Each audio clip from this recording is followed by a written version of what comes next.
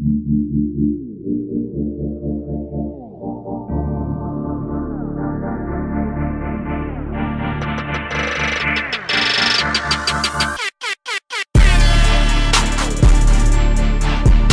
and gentlemen, welcome to another edition of the Chalk Talk with Vitality Fitness. It is episode 9, and instead of deciding to gap the seat in the middle, we decided to fill it with NASCAR superstar, Mr. Corey LaJoie.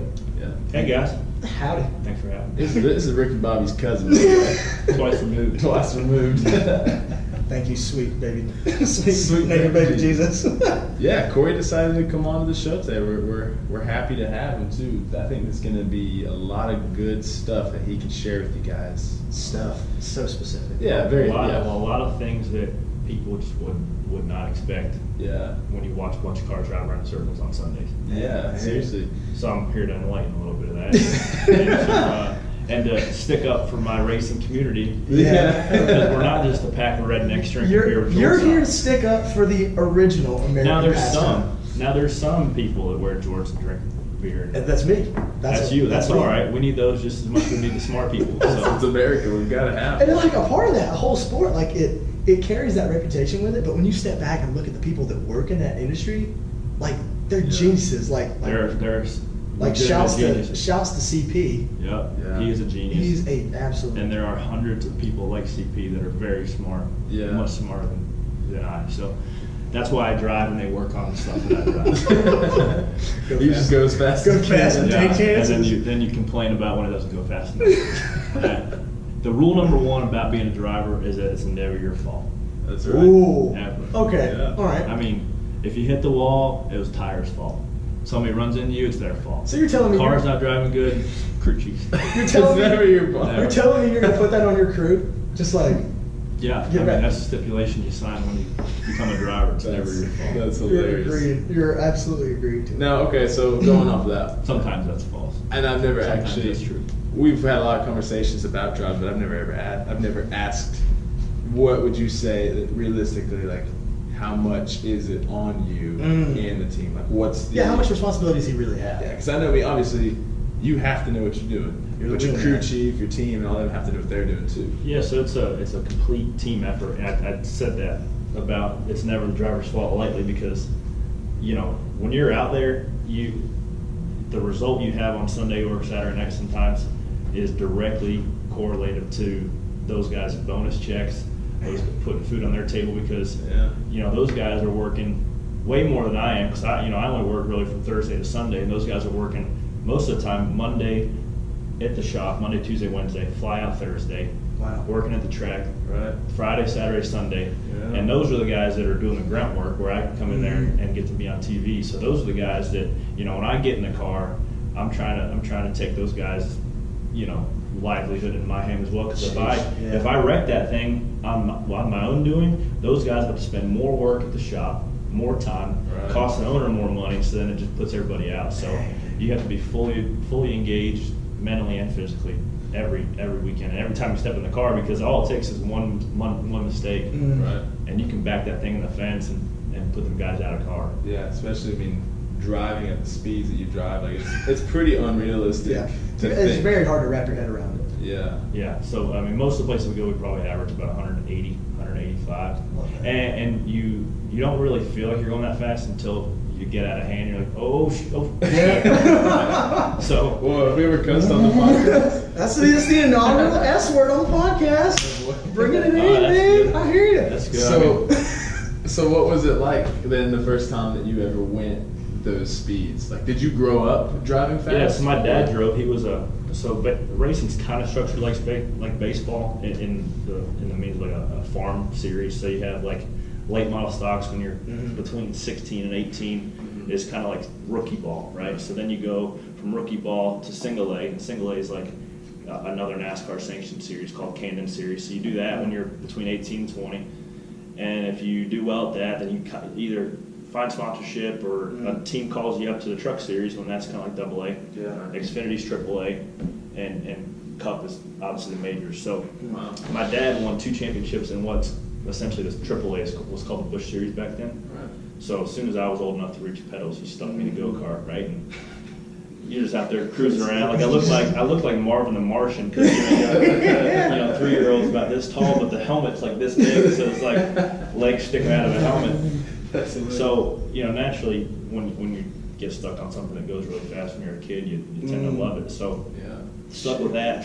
But then I was decently athletic, so I played baseball through middle school, high school. But the fork in the road was junior year where I was being more at the shop. I wanted to be at the racetrack every weekend, so I was taking time away from working with coaches or hitting in the cage. So I had to decide which one I wanted to go down. And I probably could have had a decent career both, but I just like racing way better, so that's what I stuck with. Yeah. I mean, even with that too, the longevity of racing is, I venture to say, a little bit longer than most other athletic sports, right? Yeah, so it's weird because, what would you say the prime for any other sport's about average? 24, 5, 6? And you can take a guy like Mark Martin. Right, he was, so statistically speaking, the prime age for a driver is 36. Really? Wow. Yeah.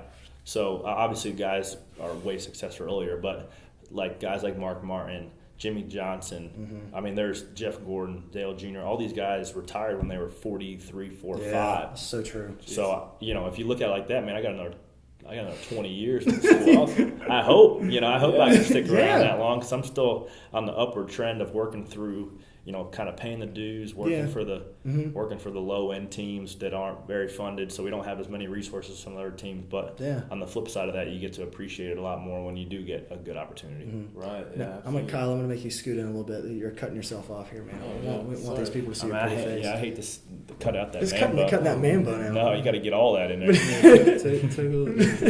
But now, when it comes to being in the car, I was thinking about this last night before I went to bed. I'm not telling you that I was thinking about you. Were you thinking about in the shower? Maybe in the shower too.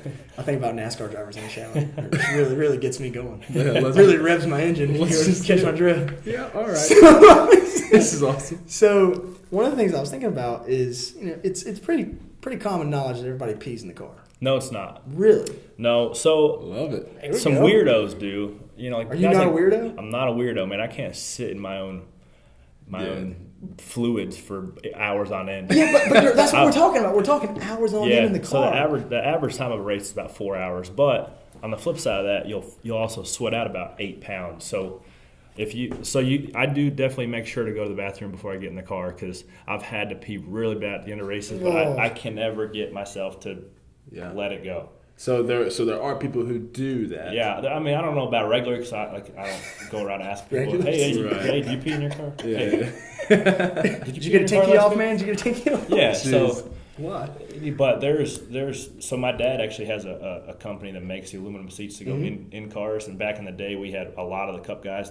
Now they're migrated more towards carbon fiber seats, but back in the day when a guy like Michael Waltrip would send his seat back to get repaired or anything, when you would cut the aluminum, it would literally smell like burnt piss because it just soaks into the metal. So Michael Waltrip was a guy that frequently peed in his seats. Ladies and gentlemen, some news flash. You heard it here first. That's crazy. I think that's common knowledge. Everybody kind of knows Michael Waltrip pees in his seat. But I don't think that happens very often because you would have to stew in that for the remaining of the day. And it's not like it's cold in there. It's like... That's what I was about to ask next. So on average, that cockpit area is 145 to 150, and that's just when they put the thermometer on your seat. That's eye level, right? So all the exhaust and stuff are by your feet, so your feet can get anywhere from 180 to 200 degrees. So your toes feel like little Vienna sausages. How long does it take? How long did it did it take you to kind of get comfortable with that? Some days you're not comfortable, but you just kind of get in and have to put that out of your mind, because all the guys are going through the same thing. But certain, I was telling him about different trims of the cars where you have your super speedway cars versus short track cars, and there's a big difference between those two. A place like this weekend, Talladega, we're going to, you want the car as low as you can possibly get it, so there's no airflow under the car. So it's going to be so hot in there this weekend. So that going in, and you wear like these little reflective kind of heat shield booties that Velcro around your shoe to give you just a little extra, padding area and a little bit of more help from the heat. So, but yeah, you definitely know going into certain weeks you're going to be sweating a little more than others. You're going to be ahead of your hydration. That's so crazy to me to think that you're literally sitting in a sauna, hotter than a sauna, essentially for hours. Yeah. So when I wear a heart rate monitor a couple times a year, I'll usually burn between 4,500 and 5,000 calories. I wouldn't put it past that at all. And your average heart rate, depending on what track it's at, because some places you don't really get to rest. Like last week at Dover, it's just a place where there's short straightaways, a lot of banking, so you don't get a whole lot of downtime to breathe and to relax. So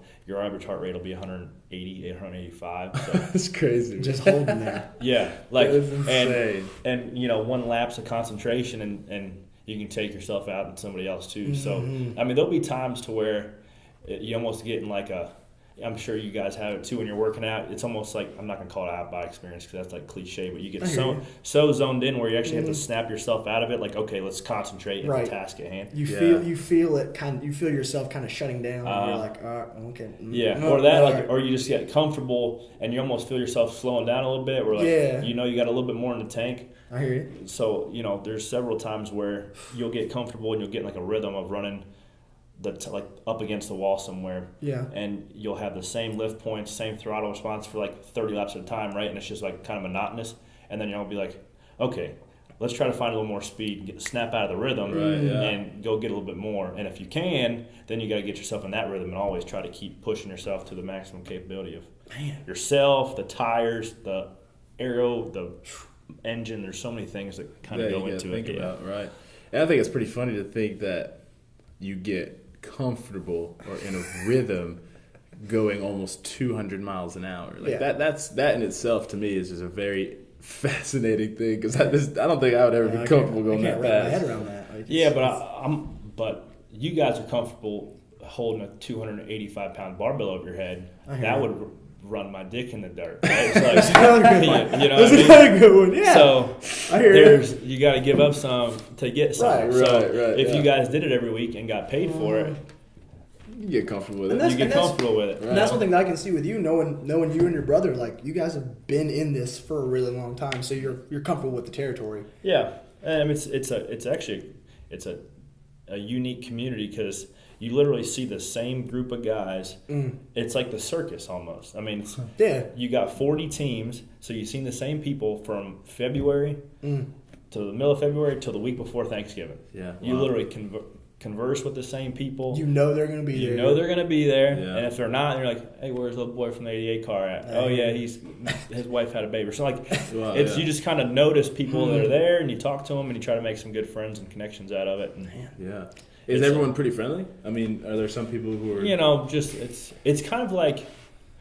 It's actually kind of like real life, but just concentrated.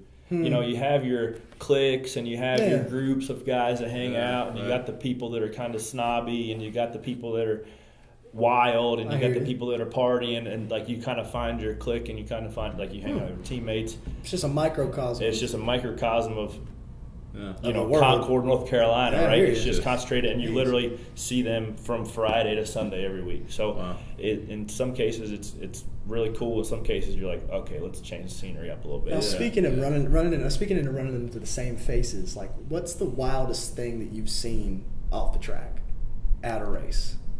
Man, you see a lot of wild fans, like.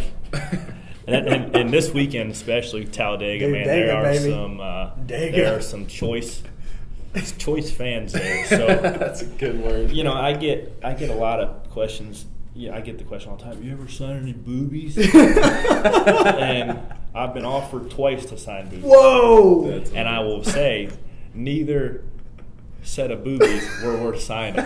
You passed. The hot girls never ask you to sign their boobs, right? No, that's gonna be a hard pass. It's the ones that you do not want to sign. The ones that ask. Corey. So, and how did you respond? You were just like, I don't have a pen. Do you say anything? Yeah, I left my Sharpie at the truck. I got things going on. And then they hand you. Here's the postcard. Oh, here's mine. No, I'm not touching that. I'm not touching yours. Have a nice day. But this guy'll sign it. That's funny. I mean, I imagine that's probably a pretty tough waters to trend, because you don't want to be rude, but you also have to But most of the time when they ask, it's jokingly. Yeah. And you don't get asked for. I mean, I've been racing. I've been racing for kind of in the, I'm not gonna say the spotlight, but like on TV and stuff since I was 16. So it's essentially 10 years.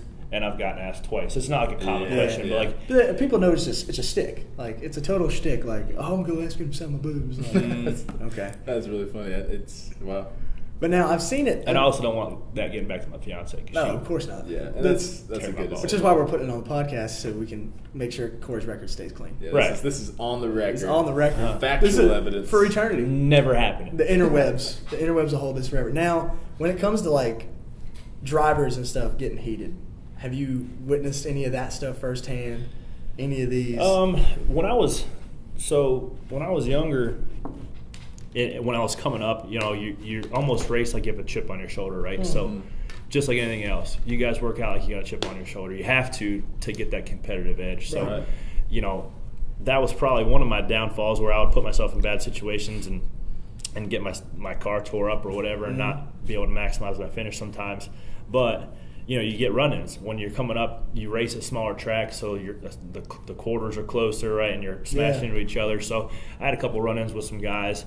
Nothing that came to any fisticuffs, but I think that I can divert to another topic of NASCAR. Back in the day when we had a bunch of rivalries from those guys running into each other and smashing, that's what got the guys interested in coming to watch the race. So, but now the tracks we go to are so big, you physically don't get the cars racing around each other, so you don't get people running into each other and wanting to fight. Yeah, I hear you. So if we can get the schedule, which NASCAR knows they're going to have to revamp the schedule here in the next couple of years, if we can get the cars to go to smaller tracks to literally pack them in that's racing, and get people running into each other and wanting to get out and beat each other up, that's going to get people excited to watch NASCAR, right? Like, and if you ain't rubbing, it's not racing. That's it, right? That's right. Because that's what's so exciting for me. Like we went, me, Agnew, and Besser, we went to the 600 a couple years ago, and I'd forgotten. Like even there at Charlotte, like Charlotte's big. They have a lot of space to work. It's a mile and a half. Yeah, it's a massive track, and unfortunately, that was just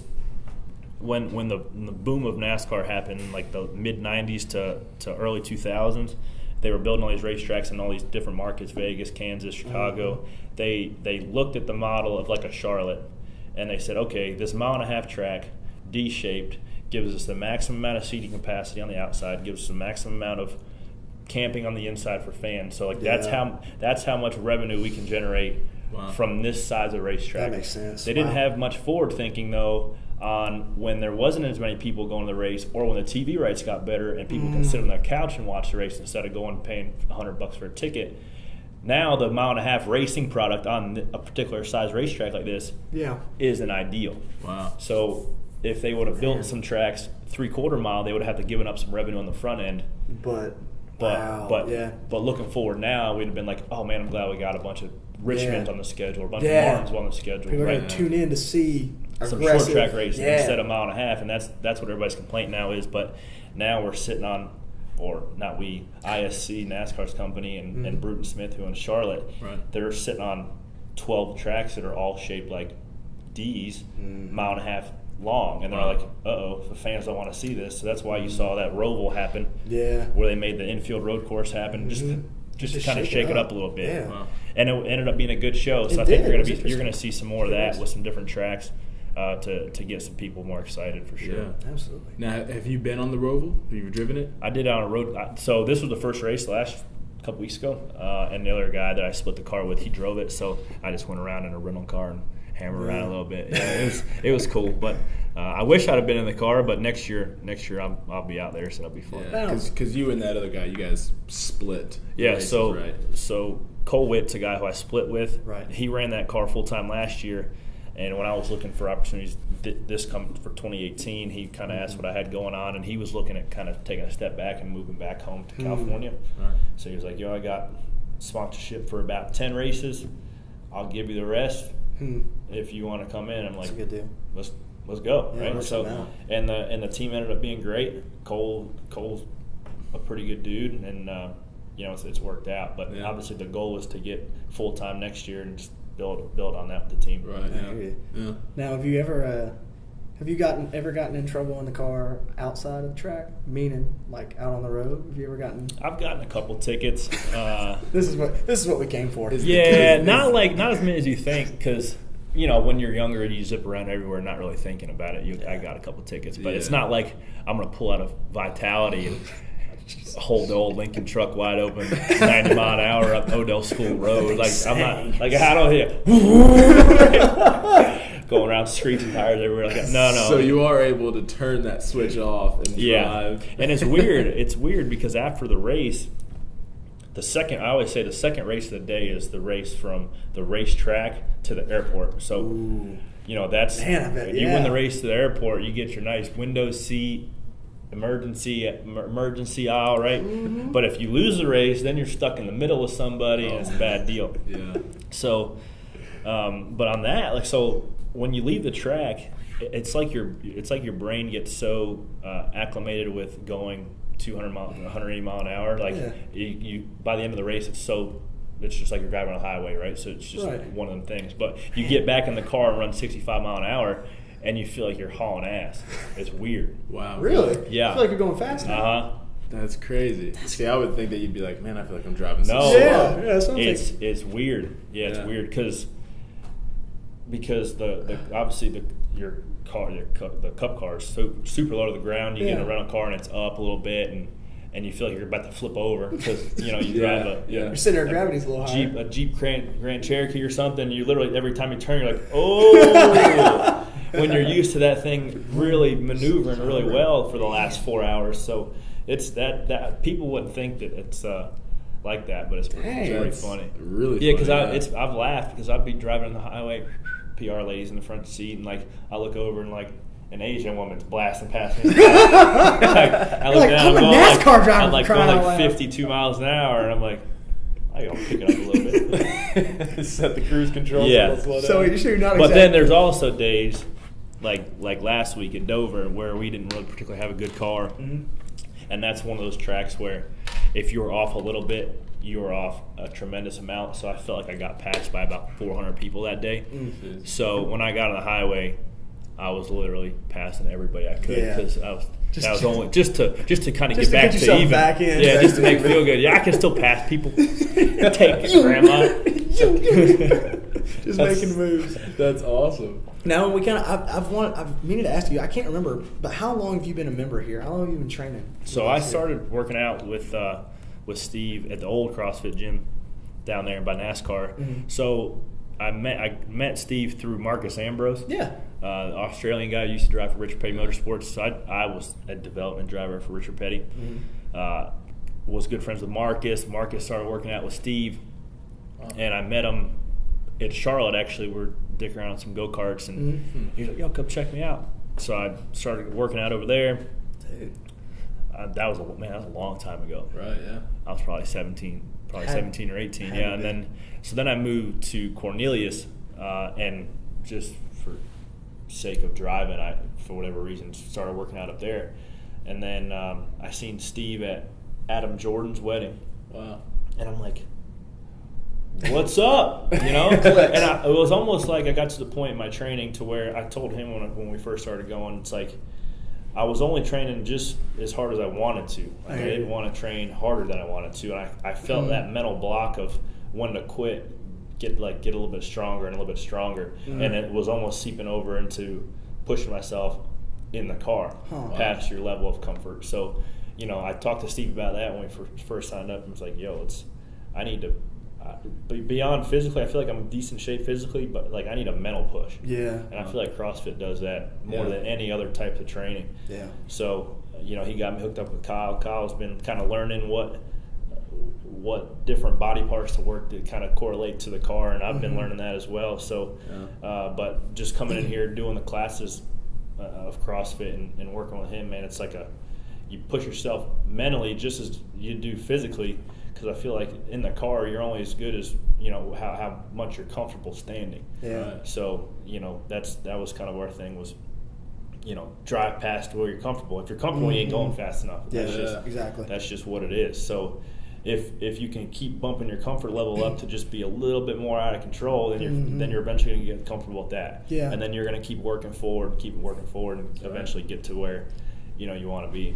Man, it's crazy the carryover between what you're saying and really anything else that you do in life. I mean, for us in fitness, we can get really comfortable with certain sets and reps and weights and paces, and we have to be willing to push a little bit harder. Like you said, you can't be driving and like zone off. You have to bring it back and be like, okay, let's focus on this. What can I do right now to maximize? Well, when you're working with tenths of a second, I mean, you're not working with seconds. You're literally working with hundredths of seconds, which, the difference of from here to that camera of lap time is the difference between 4 spots. It's crazy. So, you can't tell me that little bit, you can't dig a little bit deeper. Yeah, you just got to take it.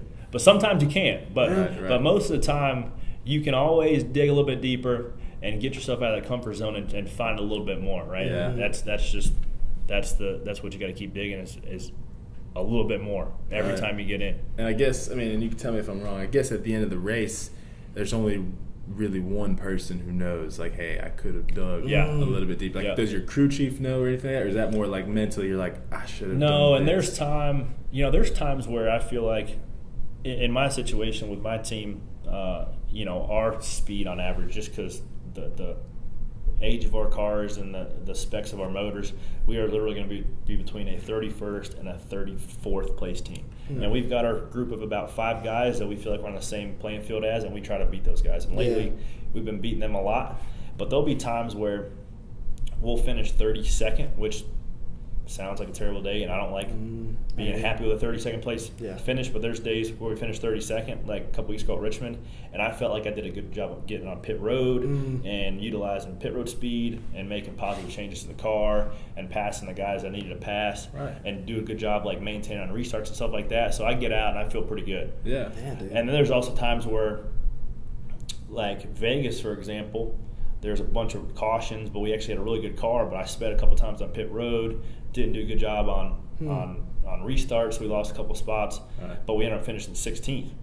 And everybody's pumped up, but I was a little bit frustrated myself because I left that room. You left some stuff on the table. I left a lot of stuff on the table, which that might have been resulted in better finish, but personally, you got to strive to be the best, whether that's not making mistakes on pit road. That's a really unique parallel that you bring up about having, like you're saying, that 32nd place finish, like kind of the stuff that we talked about a lot on here, Kyle, is like a lot of it comes to training down here. It's like just staying in your lane, like just focus on what you need to do. Don't focus on these external factors. And if you focus on your internal factors of what you need to do to perform, the paces you need to hold, trying to go unbroken on certain movements, you're probably going to beat those guys anyway. Right. But if you make it about the external factor, I'm sure if Corey tried to focus on beating these guys and tried to force things on the track, things aren't going to go as well. Right, yeah. Well, it's a little bit different, and there are a lot of similarities as well, but in my case, you're so reliant on the car and the vehicle you're driving and the pit crews you have and the amount of resources and wind tunnel time you have and how good your engine is, and like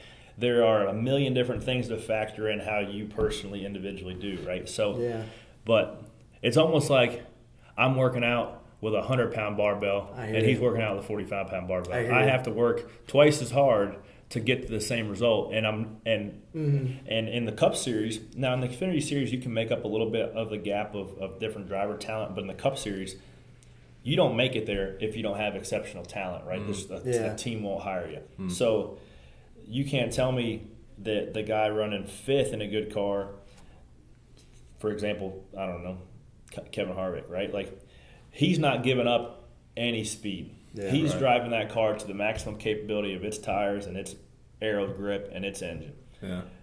I'm driving to the capability of my 32nd place car to its capability of tire grip. That makes sense. Engine and aero. So, so I can't make up that difference. It's just when his car's making 500 pounds more downforce and it's got 80 more horsepower, it's going to go faster than mine. It's just what it is. So, but to try to figure out how to make your best days.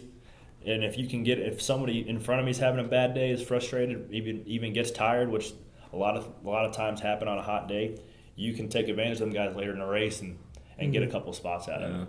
And that's why it's really cool that you notice the little things like you said, where you ran 16th. It was a great finish for you guys. But you notice your pit stop errors and things like that. Like noticing that.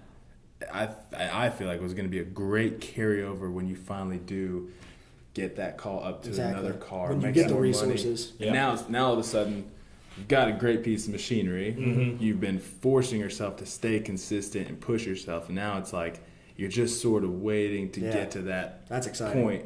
And then it's going to be, man, all the pieces fall into place, you know? Yeah, because, I mean, honestly, if I would have got an opportunity to be in let's just say a top 10 capable car a couple years ago, I wouldn't have been ready for that opportunity. I would have got ran out just as quick as I got in. So that's true. I think the Lord put me in the position to learn. Yeah. And I've always been the type to, I've always had speed in everything I've jumped in, but it's always taken me a little bit of time to learn like a racecraft and to really get comfortable on what I need out of the car and to get familiar with the guys. I've always been not slower than some of the other guys that have been my age, but I just when I do get it, it clicks, and that's usually when a lot of things take off. And I felt like in my mind that's clicked, halfway through this year. So I know now if I did get an opportunity, like I can jump in something and really maximize that opportunity. Right, because that's one thing I'd never really thought of before. You bring up the fact that there are these big teams, and then they have the money and the resources and the connections to get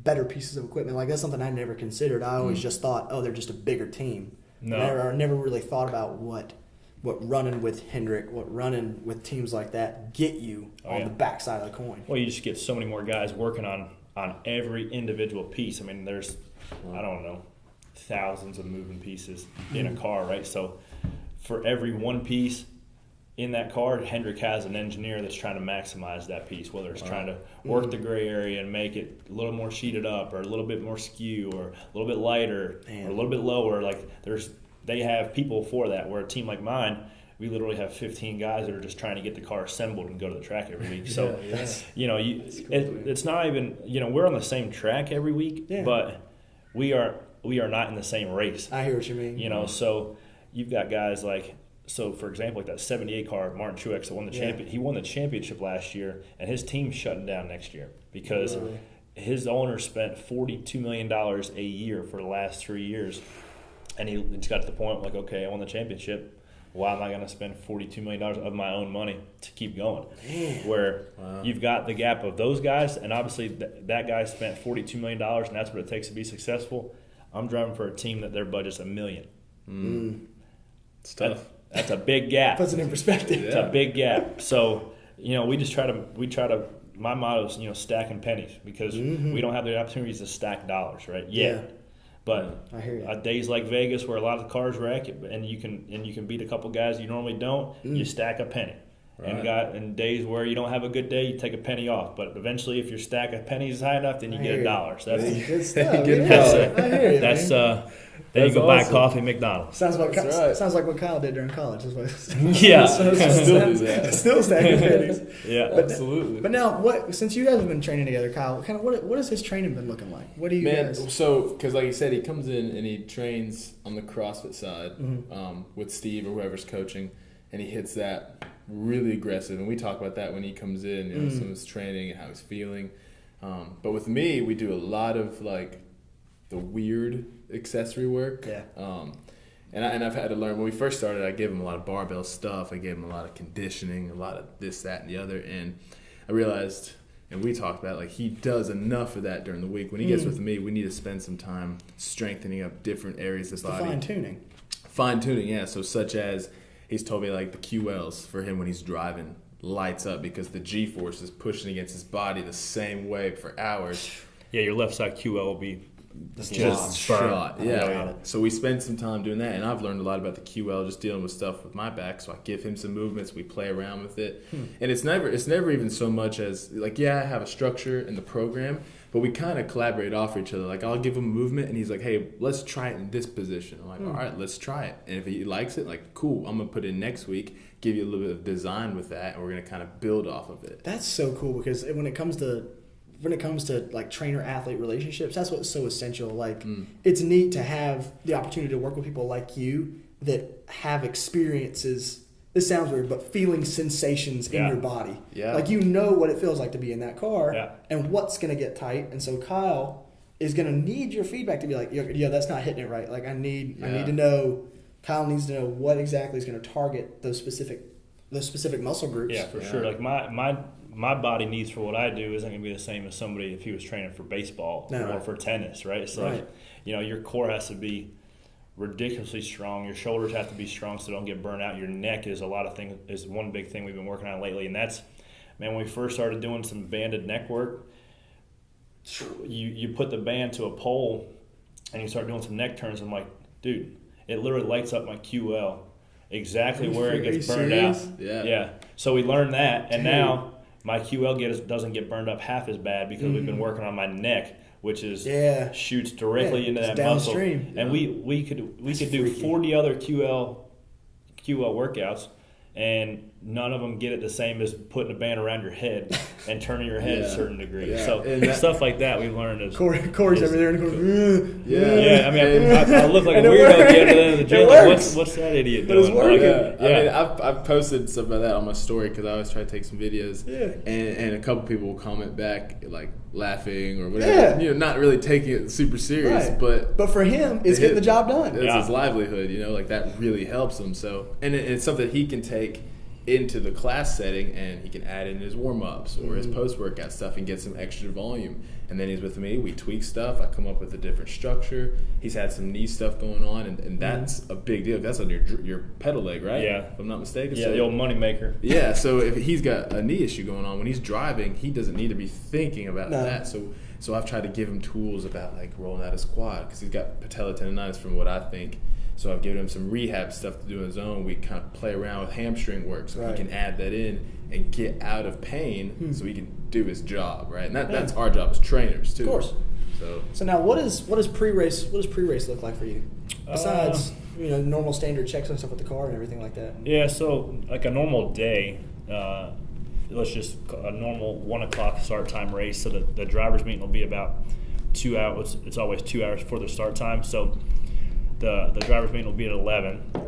So I wake up, I'm always staying at a hotel. I don't have a motorhome yet, so I'll stay at a hotel. I usually hit breakfast, Cracker Barrel, something, try to get some eggs and hash browns and oatmeal and get some good stuff in there, and eat a huge breakfast. Are you getting some biscuits in there? Are you a biscuit boy? No, I'm not a biscuit boy. Do I look like a biscuit boy? Nothing wrong with being a biscuit boy? There ain't nothing wrong with being a biscuit boy.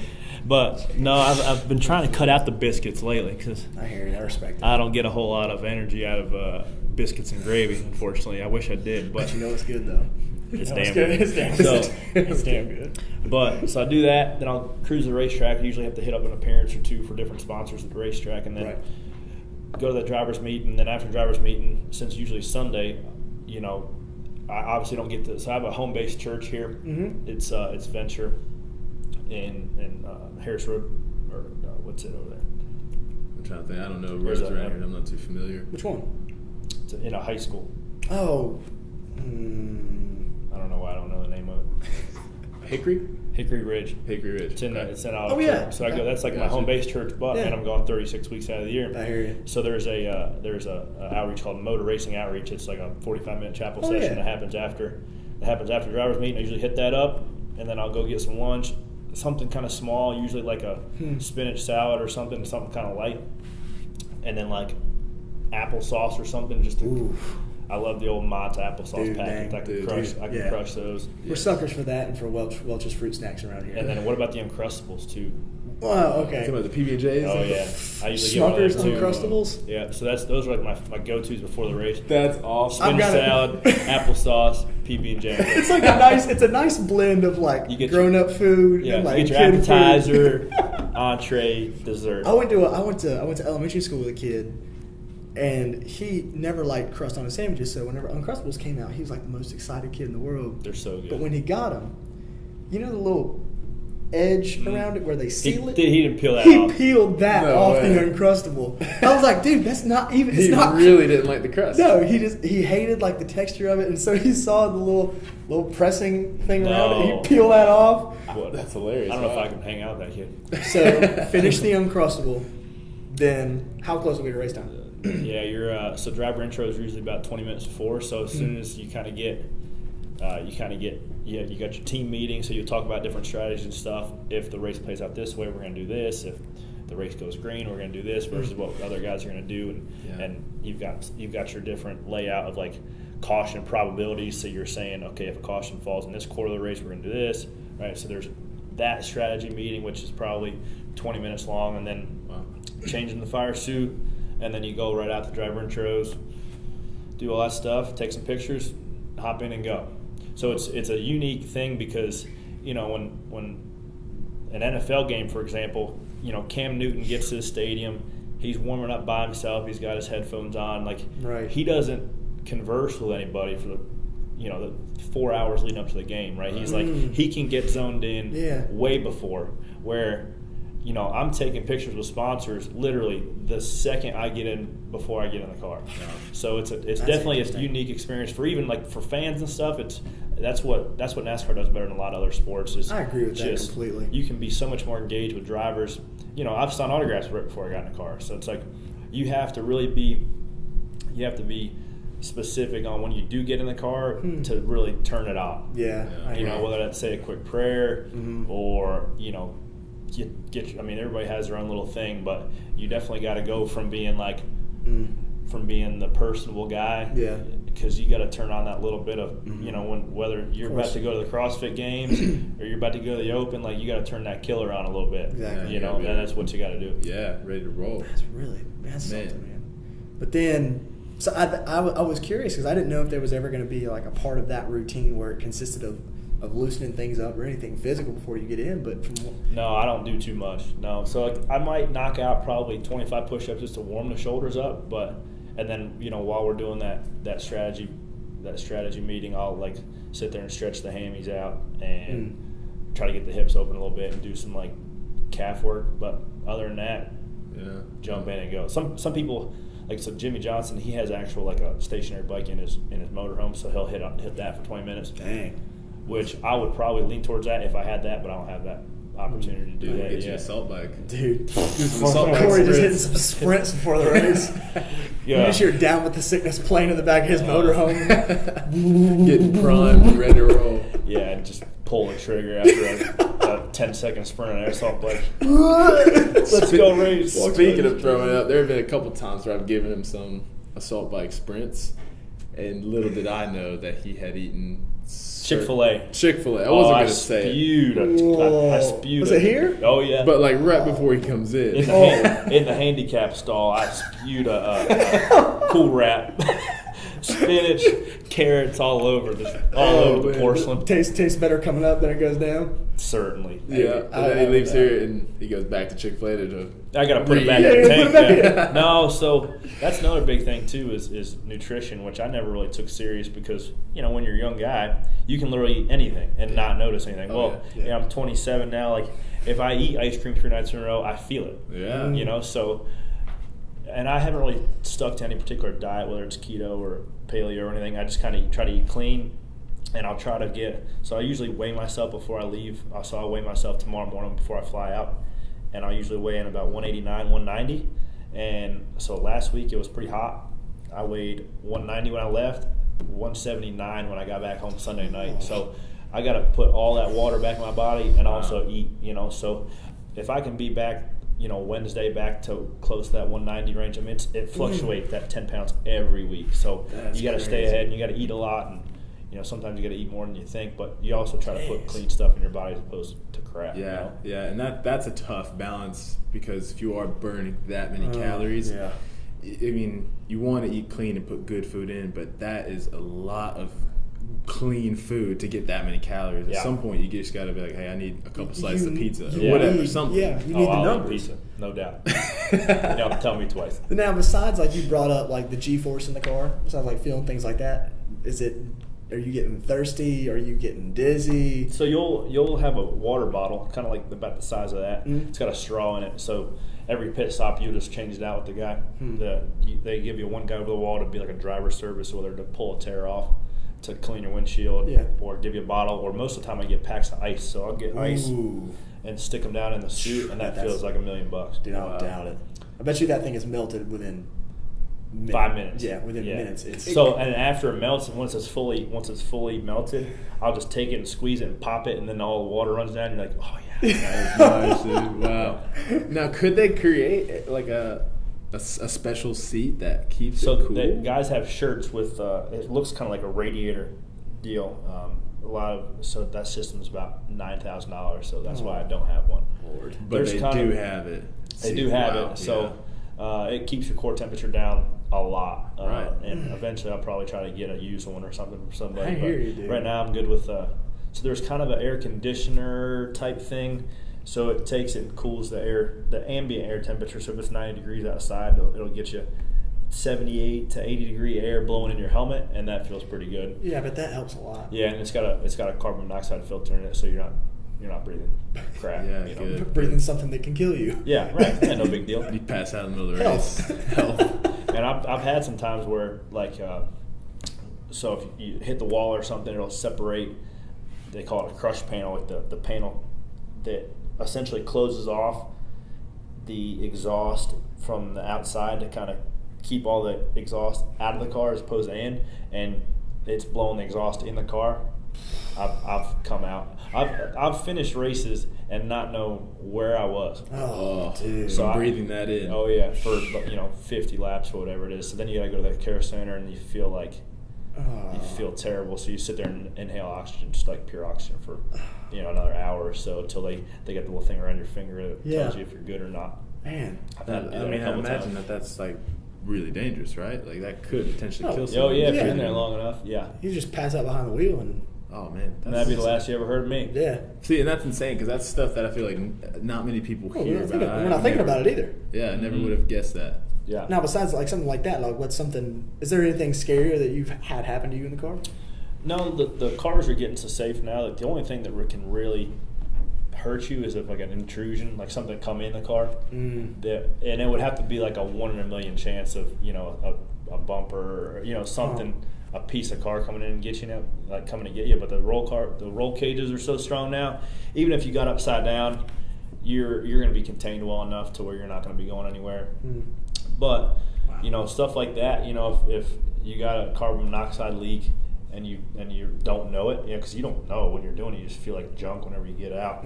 So that and concussions are still a big thing too. So you can ring your bell pretty good and have to sit out for a couple of weeks if you don't pass that protocol. Yeah.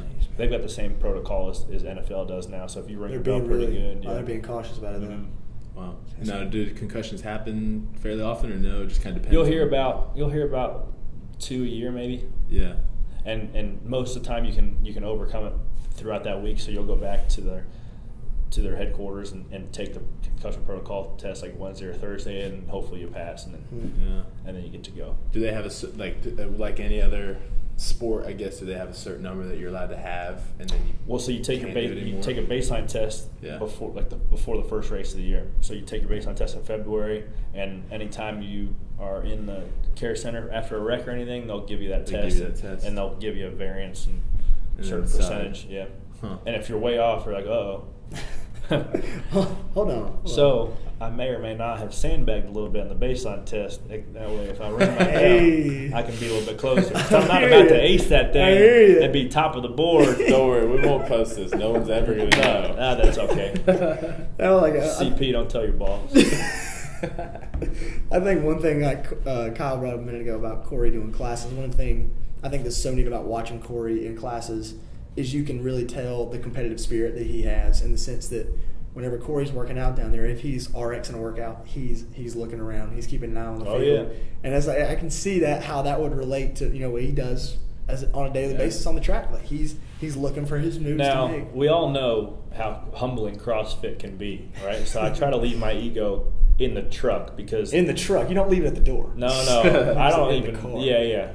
I leave it in the truck, shut the door behind it, because there are some beasts that come work out here. Now there's certain workouts where if it's a rowing deadlift type workout with some toes to bar or something, I'm like I pull the socks up a little higher for that one and try to make it happen because I know I can be pretty good. But if there's a thruster workout, I'm gonna go ahead and chalk that one up as a loss. I hear you. But it's a healthy thing. But it's neat to see it because I'll be watching you down there when I get to coach you, and I'm like he's looking to make his move. Like if Corey has something that he feels comfortable pushing on. Like I can just see it in his eyes. Like he'll look over there at Tim Furr and be like, all right, he's gonna break. He's gonna break. And he'll see him break, and then he goes back to work. It's always funny with athletes though, like. Well, I shouldn't say athletes, but people who are just really competitive. Yeah. Like we'll go into certain situations, us for example, and we'll be like, "Wow, I'm just not gonna push it today. Like I'm just gonna chill." Yeah, right. 3, 2, 1, till go. that bell ring. Yep. You see someone going fast, you're like, "He's not passing me." Yeah. Just go. Yeah. Until that green flag drops, it don't matter what it is. Exactly. You know, whether you're going to a go-kart track with your buddies, just or hanging out, putt. Yeah. Yeah, I'm trying to make a hole in one every time I play. Yeah, I'm trying to beat you. Corey's breaking clubs over there. Yeah, at Paradise Valley. But now I think the last question that I have is, you know, being a race fan and going to a lot of races growing up. There's nothing like the sound that's down there. Is it loud in the car? Yeah. So there's it is very loud, and I think that's also there's good things about that and there's bad things about that, because the newer fans that are used to going to a football game or a basketball game, they don't like the noise because they can't talk to the right person next to them. Yeah. But the old school fans that like the feeling of a V8 rolling by them, and you can't feel your eardrums for the next 3 hours. Your whole body's shaking. And I love that as well, but I think to appeal to the masses, I think NASCAR's looking at making them a little more quiet. But for right now, yeah, man, my ears are ringing for the next. By the time I land, 3 or 4 hours after the race, my ears are still ringing. Like, like for example, I'll get in my truck after I land, and if I was listening to the radio at like a 9 volume, I can't even hear it when I get back in the car. I have to turn it up to like a 20 to have the same register. I'm like, huh? rolls through Chick-fil-A. Can I get number 7? I can hardly hear what you're saying. Guy, we can hear you. There you go. All right, big guy. Yeah, normally it's Taco Bell after the race, though, because that's the only thing open. Because I usually get home, midnight or 1 o'clock. Here's a question. 5th meal. Here's a question. Do you get the Baja Blast? Baja Blast. Because this dude has never had one until last week. Last Thursday, took my first sip of Baja Blast. And then I've had a Baja Blast. I don't get it regularly, no. Yeah. It's the nectar of the gods. Nectar of the gods. I think to quote Kyle, whenever we were talking about Taco Bell one day on the podcast, he was like, dude, it's like you're on the beach, man. He's like, it's just the Baja lifestyle. And I was like, what are you talking about? Take the lid off, put an umbrella in the top, you got 42 ounce. And eat you a box of 12 hard shell tacos. Oh. Can't beat it. Dude. You feel like a load afterwards. It was great mouth pleasure for about 20 minutes.